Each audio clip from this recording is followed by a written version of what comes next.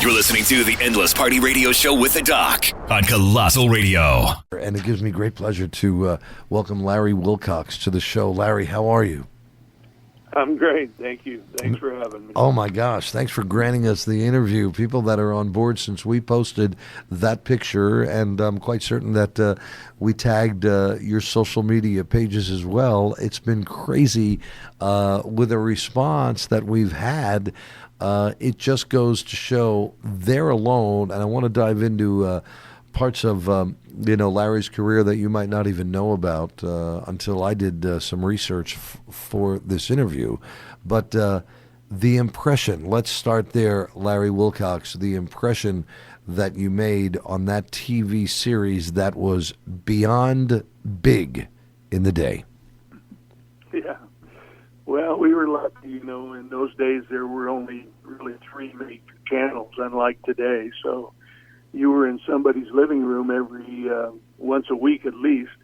And as a result, millions of people were exposed to you, and you found yourself sharing dinner with families and grandpas and grandsons and dads and wives. It was a pretty neat experience. And when we go to a Comic-Con today to sign autographs or something, it's always interesting to see the various generations that have watched the old show C.H.I.P.S back in the day. So yeah, still running on MeTV. Yeah, I know, and I'm glad you brought that up, MeTV, because I have that through Blue Ridge Communications here on the East Coast, here in Lehighton, Pennsylvania, and they have a pretty big footprint, Blue Ridge Communications, and we have MeTV. It's on Channel 3. On my TV, Channel 3. And I watch it. I get C.H.I.P.S, Gunsmoke, all these other shows. And, things have changed. Maybe not always for the better. The shows back then, certainly a lot different, Larry. Than today, right? Yeah. It's basically today everything's a lot edgier, or some people call it soft porn. But anyway. That's it, I know. Much different. Absolutely different, indeed. C.H.I.P.S, Larry Wilcox on the show. And I want to dive into a few more things on that TV hit series. But first, I would like to say personally, and from the members of our team, as a United States Marine Corps Vietnam veteran who did his time, I'd like to personally thank you. We would for your service to this country. So thank you, Larry Wilcox. Thank you. Yeah. 13 months in the great country of Vietnam. Yeah, you sound funny because my brother, unfortunately, was Navy Special Forces with the PT boats, and the guy we're talking to right here, and not that I want to bring this up, this isn't part of it, but it is a veteran, and they get due diligence here for a minute, but being part of the Tet Offensive, which was not a pretty picture there, but I have many veterans, great friends of mine right now, another Vietnam veteran that's living down in Florida on board with the show right now, and a little shout out to my friend Mort.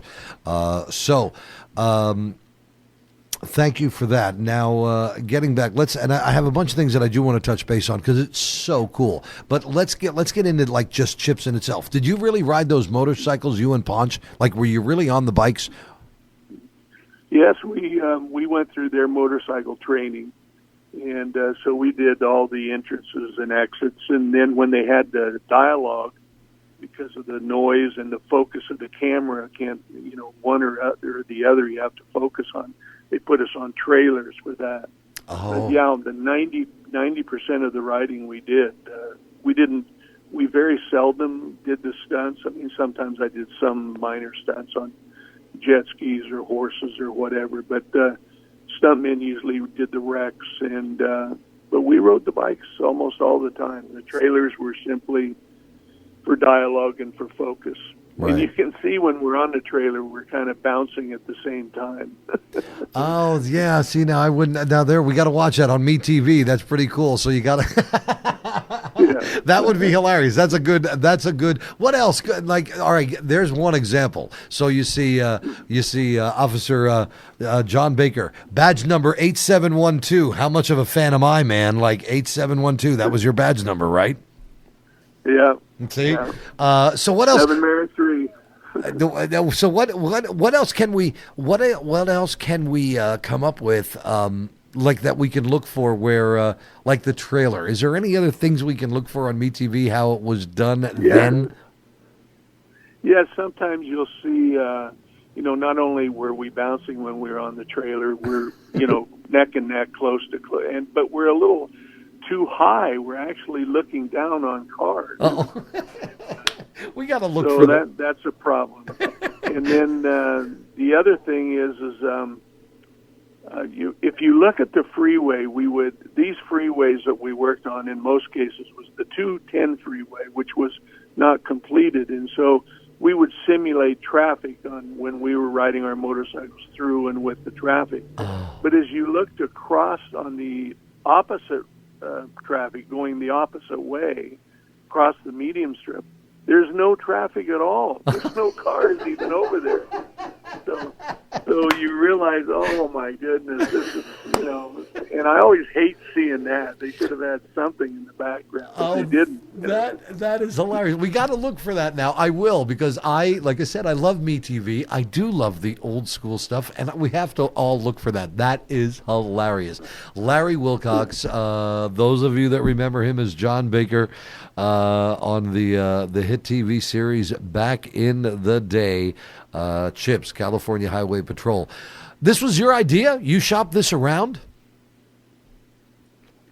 The whole again? Yeah, was this your idea? Was this TV series your idea?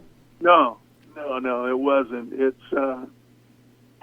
was Rick Rosner created this series. Actually, to be honest with you, my career was kind of budding, I'll call it, at that point in time, and I was working a lot with a lot of good directors, and when C.H.I.P.S came along, I didn't really want to do it. And like all prostitutes, it's just a matter of how much you get paid. So once they offered me more money, I ended up doing it. And I should be so lucky, it became a long-running television series on NBC, and then after NBC, it went on to TNT, Turner Entertainment, ran it for 15 and 20 years because they bought all of MGM's library, and here we are now with MeTV running it. So it's been on forever, and it's amazing. It's always been good marketing, and I'm graciously, I'm grateful for having the opportunity. And it's just a job. I'm not impressed with the film business. Some people think they're movie stars, but they're just like you and I. I feel the same way. I feel very blessed to be able to do what I do, for, over 3 decades. And now with this notion that I came up with, we can put together our own internet radio station in my hometown. And I'm very grateful for the team that I have behind me, but I'm the same way. Honestly, I am humbled. It's a job. I love it, as you do, but look, it's a job, and right. sometimes my cross to bear, However, you've done well. You have, I have to get into a bunch of other things. There's so much with your career. You raised by a single mom laid down the groundwork and the foundation where you work hard. You were sleeping in teepees when you were 12 years old when you lived in Wyoming. Yeah, we were working on ranches, so ranch work's tough work, and so you sleep in a sleeping bag on any shelter. They had teepees at this particular ranch, so that was kind of fun in a way. But anyway, we'd sleep in those, and then you get up at 4 a.m. and go out and bring the cattle in, or in this case, the sheep in, and work all day and put up fence to put them in a corral and brand them and cut them and off the next day. So unbelievable. Yeah, unbelievable. Yeah. 12, 13 years old working. Can you imagine? Now listen, my youngest son does a good job. He stays busy. He has responsibility in and around the house, but Could I ask him to get up at like 4 o'clock in the morning and go chase cattle? Hell no. I mean, I love my son to death. I want all the respect, and they treat me with respect. But I don't think that would happen nowadays. You got to go chase cattle at 4 o'clock in the morning. Funny things. But what a great storyline, because from there, like, you know, you got into film at a young age. And Larry, I have to do this because I think I mimic the guy perfectly. I really, really do. Let me just do this. See if I sound like him. Are you ready? Yes. Lassie! That's pretty good, right? That's pretty good.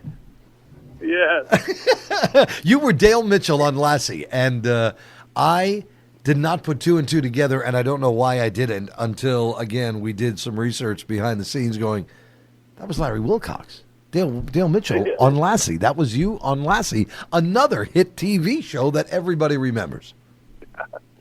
Yeah, that was my first television series, and you know, I would go in there with about 300 actors trying out for that little part, and I'd say yes, ma'am, and no, ma'am. Yeah, please be excused. And they thought, who is this kid with his manners, right? And so anyway, I think my manners got me the job more than anything. But it was fun, you know. We would go fly on a Learjet to a location, and for me as a young kid, that was really exciting. And then I did all the stunts because I didn't know any better, and they said, you know, just jump in that river off this big rock, and then you'll swim down here. And, you know, I'd be in whitewater rapids, and they'd have frogmen down there waiting to try to grab me with a rope and miss me, and I'd go down the river farther, and I mean, on and on and on. But it was, you know, didn't make a lot of money. I think I was making $500 an episode, but to me, I thought I'd died and gone to heaven. You know? And I didn't even have a TV in those days. I went and bought a TV so I could watch myself. Told my brother, "Hey, Randy, you ought to see me on TV, dude. I'm starring in a television series." And he reminded me, "No, you're not. Lassie's the star, dude. You're just a co-star." That is hilarious. I love these backstories. This is so great. Larry Wilcox, those of you, Dale Mitchell, Lassie, John Baker, Chips, and many others, MacGyver and M.A.S.H, right? I mean, they were another, like you've done, like, how it all happened for you is crazy. MacGyver and M.A.S.H, you were part of that. Yeah. Yeah, I guess started on all the episodic television, and, you know, they always paid good money for 4 or 5 days' work, but it was just fun. But the television business is a youth business, you know. So I was young then, and so I was, you know, if you're a good actor, you can make a lot of money in your youth, but you better damn well save it. Yeah. Because all actors have shelf lives. Not all, but 95% of them. Yeah. Have a shelf life. A few get to go on and on. Yeah, and let me say, back in the day, listen, ladies, you know, look, you go back there and look at Larry Wilcox with those blonde locks. I'll tell you what, you probably were not short on dates back in the day before you got married. That would be my bet. Yeah, that was one of the luxuries of the film business. How long are you married to your wife? 35 years. Wow, that's awesome. And I think I counted five kids. Yes. Are any of them in the in the entertainment industry or film industry at all? No, none of them. None of them. You know, one of my boys did it, and my daughter a little teeny bit, and when I was on C.H.I.P.S, but they're all gone on to successful professional lives and doing real well. That's awesome. I will say this, though, on your end, you know, you stayed at it on the film end for certainly most of your life and continue, you know, director, producer on so many shows, you know, well after C.H.I.P.S, and still I guess dabble in that or maybe even on a consulting basis. I mean, you've stayed in the realm, like you said, maybe not so much right there on that front shelf, but you've certainly stayed in and around the business. Yeah, Yeah, because of the fear of shelf life, you really need to be able to spread your wings and try to do other things. And I had a good attorney, Martin Leeds, who's passed away, but he always helped me get in different things in the music business and in the film business. And so we went on to produce, an award-winning television series of our own, which was the Ray Bradbury Theater for HBO, and the Dorothy Stratton story for NBC. And I ran around selling projects and making deals, and then I realized really what you are is a deal maker. So you should really pursue that. So that's kind of where I ended up, from directing and writing on to producing, and it's part of the the ecosystem, if you will, of an actor's life, because pretty soon you're not the youngest guy anymore, so they want somebody else. Yeah, no, I agree. It's such a great perspective from your end, and certainly how things have really changed. Technology, good or bad, it's with us now. It's what it was, but I think it's almost like small town USA, and I often refer to this in my hometown with this radio station right here in and around Lehighton, Pennsylvania. Even though we have far reaches across this nation with people now, which we added 2 more states, people in 38 states that are hanging out with this station. But Main Street USA. And then you go and look back at these shows like Me TV. People, I think, are coming full circle, wanting this feeling again. And that is I think it's a great thing. I love technology. Wouldn't be able to do what I'm doing without it. But I think those TV shows, the Main Street USA, where towns are taking more pride in themselves, like Lehighton, and businesses moving into town. We want that feeling again, I think, Larry. And I mean, we want to bring that back. It seems like in some instances we're just overwhelmed with cacophony of sounds and media. I mean, even all the superhero movies, you go there and I find myself, all of my senses overloaded. Like they're so noisy and so much action and so many explosions and so much effects and so much music and so much visuals, and after a while it's like to me it just wears you out, and there's a point where you want some kind of simplicity in the project. So will the old shows come back? I don't know, but they're a nice, once in a while they're a panacea or a relief for you to look at and see those instead of all the other stuff that we see. And the other thing is most all the other shows, or the drama shows, are just really downers. It's all about heroin and death and violence and sex, and it's like, dude, give me a break. Yeah. I need a break from that once in a while. I don't know if they need to go so far to see Larry Wilcox and Lassie, but you still need a break, Right. No, I agree. I mean, to some degree, I totally agree. In particular, now going back to this being that she was, that model, but I did see that on NBC, and for those of you. Larry Wilcox on board here with us. Those of you that know him is still running the C.H.I.P.S fame.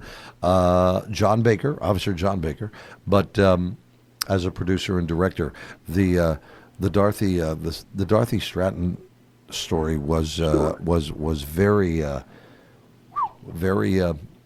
like it got you right there. I mean, it was very that developed, and you certainly were brought into that story on that true story. Yeah. Well, that was a interesting thing. Is I had just started my production company, and I hired a young man named Chip Hand, which was a real handsome young guy. Was very personable, articulate, just had a lot of talent. Poor Chip later took his own life, sadly, but he brought me that project, and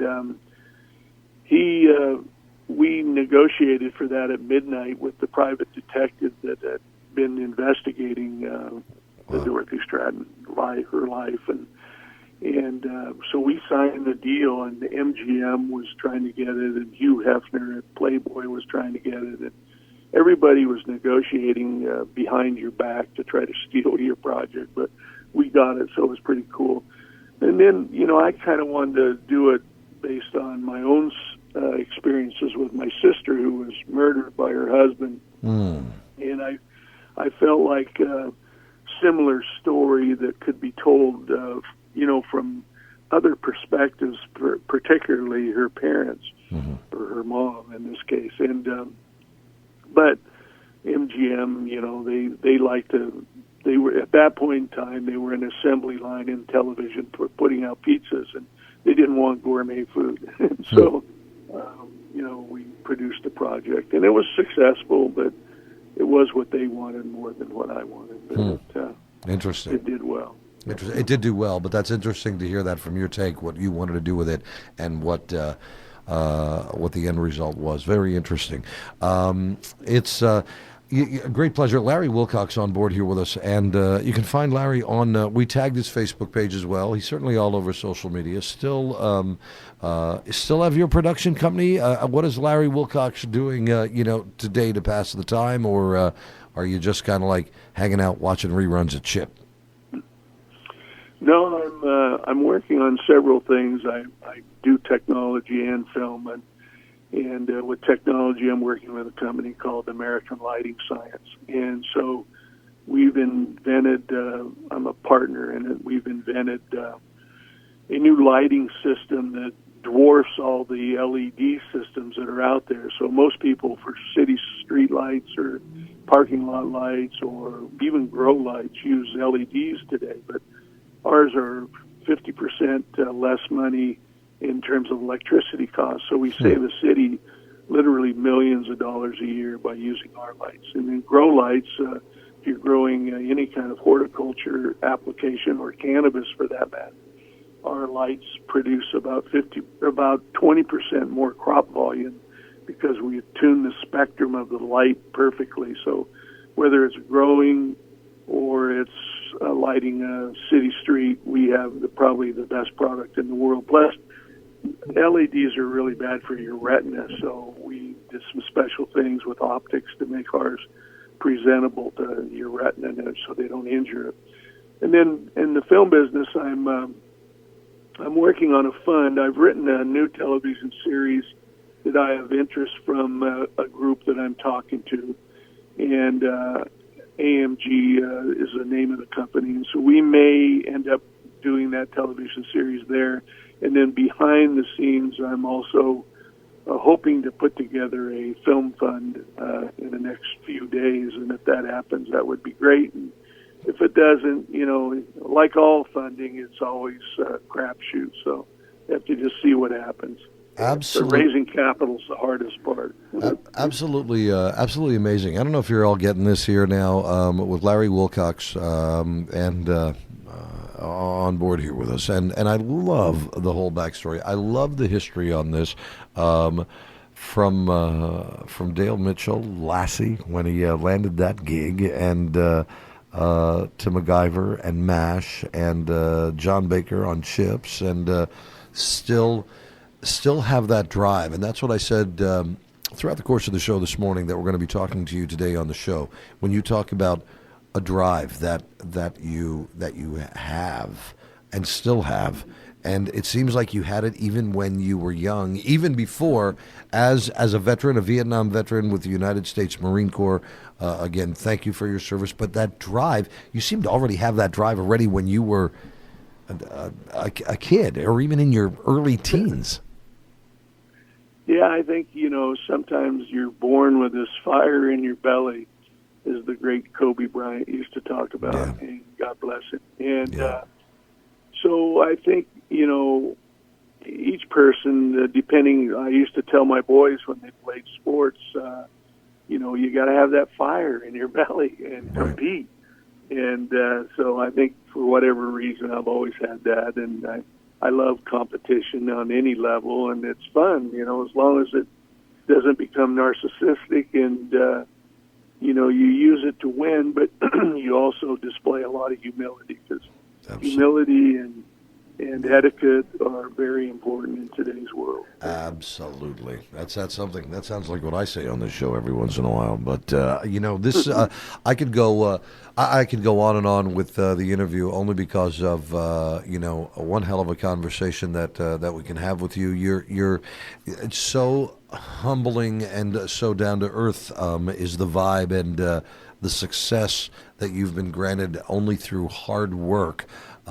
Is, as it still continues, is just really amazing. And to see that you're still have that drive, and what and more to do, and it seems more to accomplish in Larry Wilcox's career as it continues, and amazing stuff. When you spoke about Kobe Bryant, I know we have you out in L.A. Had you had the pleasure of meeting Kobe at one time?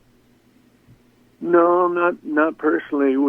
I wrote a little thing on my Facebook where I said that our family was really kind of a weird reaction, that we all were emotionally very upset, cried over it as if it was a friend, and I thought about it a lot. Why are you reacting like this? And I think it was just that our family had enjoyed so many basketball games, watching him play, right, and just hitting a buzzer beater, and my little boy is jumping up in arms, and he's screaming and giving high fives and laughing and barbecuing. Mm-hmm.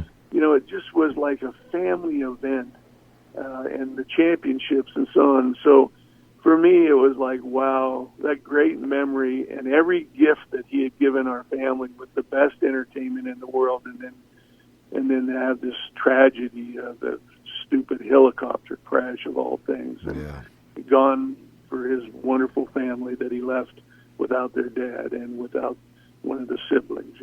Sad. But no, I hadn't met him. It's a heck of a thing how anybody's life, yours and mine, can change in one split second. But where can we, even with Comic-Con, and you're out there and still traveling, where can we catch up? Is there anything coming up, even over here further, maybe on the East Coast? Anything going on with Larry Wilcox in the near future? No, not right now. I want to get this series going here, and then I'll be able to tell you more about it. I don't want to talk much about it because everybody steals things in this town when you start talking about it.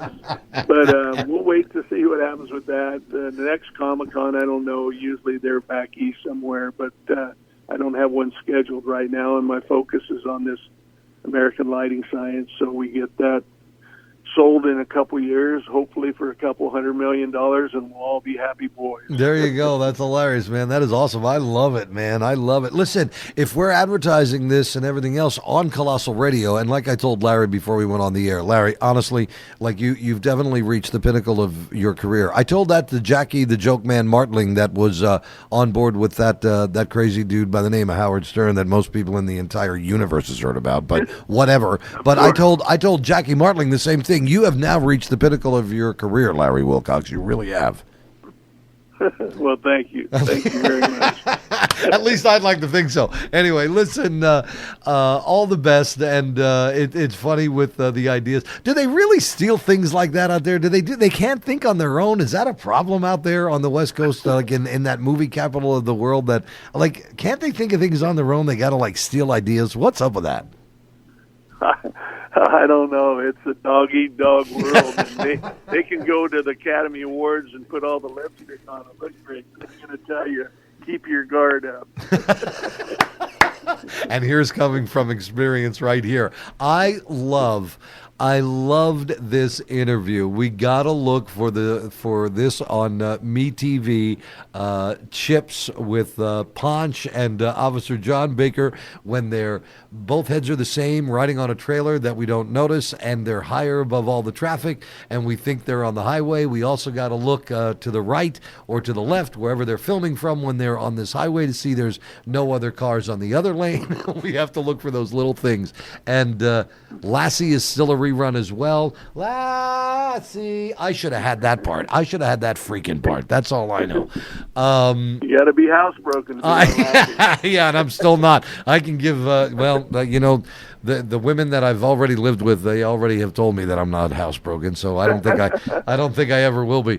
But Larry Wilcox, this was as a pop culture figure, honestly, and the legacy lives on for granting us the interview from your publicist and from mine, Dave the bookie, and you guys all getting in touch with each other. I'm certainly grateful that we were able to just have a candid conversation with you on Colossal Radio. Thank you. All right. Thank you, guys. Have a good one. You do the same. See you later. Bye-bye. Lehighton, Palmerton, Gem Thorpe, and nationwide. It's Colossal Radio. Find us online at colossalradio.rocks.